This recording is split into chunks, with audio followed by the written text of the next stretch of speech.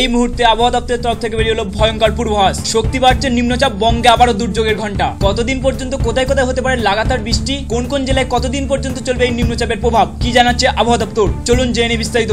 আবহাওয়া দপ্তরের পূর্বাভাস অনুযায়ী জানাচ্ছে দুর্যোগের হাত থেকে রেহাই নেই। নিম্নচাপ আরো শক্তি বাড়িয়ে ক্রমশ অগ্রসর হচ্ছে স্থলভাগের দিকে। কলকাতা সহ দক্ষিণবঙ্গে ভারী থেকে অতি ভারী বৃষ্টিপাতের সতর্কতা তৈরি হতে পারে শক্তিশালী নিম্নচাপ, যার জেরে দক্ষিণবঙ্গের সব জেলাতেই বৃষ্টির সতর্কতা জারি রয়েছে। হাওয়া অফিসের পূর্বাভাস অনুযায়ী বুধবার পর্যন্ত ভারী বৃষ্টি হতে পারে দক্ষিণবঙ্গের একাধিক জেলায়। আবহাওয়া অফিস জানাচ্ছে দক্ষিণ বাংলাদেশ সংলগ্ন এলাকায় তৈরি হওয়া নিম্নচাপ অঞ্চল ঘূর্ণাবর্তের জেরে এই বৃষ্টি হবে। মঙ্গলবারের মধ্যে বাংলাদেশ ও গাঙ্গেয় পশ্চিমবঙ্গের উপকূলে এই নিম্নচাপ আরো শক্তিশালী হবে, তা সুপুষ্ট নিম্নচাপে পরিণত হওয়ার সম্ভাবনাও রয়েছে। নিম্নচাপ তৈরি হওয়ার পূর্ববর্তী 24 ঘন্টায় তা আরো শক্তি বাড়িয়ে পশ্চিমবঙ্গের উত্তর পশ্চিম দিকে এগোবে। তারপর গাঙ্গেয় পশ্চিমবঙ্গ অতিক্রম করে ঝাড়খণ্ডের দিকে এগিয়ে যাওয়ার পূর্বাভাস রয়েছে হাওয়া অফিসের তরফ থেকে। 3 দিনের মধ্যে তা ঝাড়খণ্ড ও সংলগ্ন এলাকায় অবস্থান করবে, ফলে দক্ষিণবঙ্গ ও ঝাড়খণ্ডে প্রবল বৃষ্টিপাতের আশঙ্কা রয়েছে। দক্ষিণবঙ্গের পশ্চিমী জেলাগুলিতে সোমবার অতি ভারী বৃষ্টিপাতের সম্ভাবনা রয়েছে। ভারী বৃষ্টি হতে পারে হুগলি, উত্তর 24 পরগনা, বাঁকুড়া, পূর্ব ও পশ্চিম বর্ধমান, বীরভূম, মুর্শিদাবাদ, নদিয়া জেলাতে। এছাড়াও কলকাতা সহ দক্ষিণবঙ্গের সব জেলাতেই অতি ভারী বৃষ্টিপাতের সম্ভাবনা রয়েছে।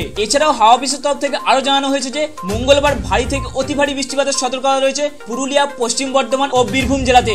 ভারী বৃষ্টির সম্ভাবনা উত্তর 24 পরগনা, পশ্চিম মেদিনীপুর, বাঁকুড়া, পূর্ব বর্ধমান, মুর্শিদাবাদ এবং নদিয়া জেলাতেও।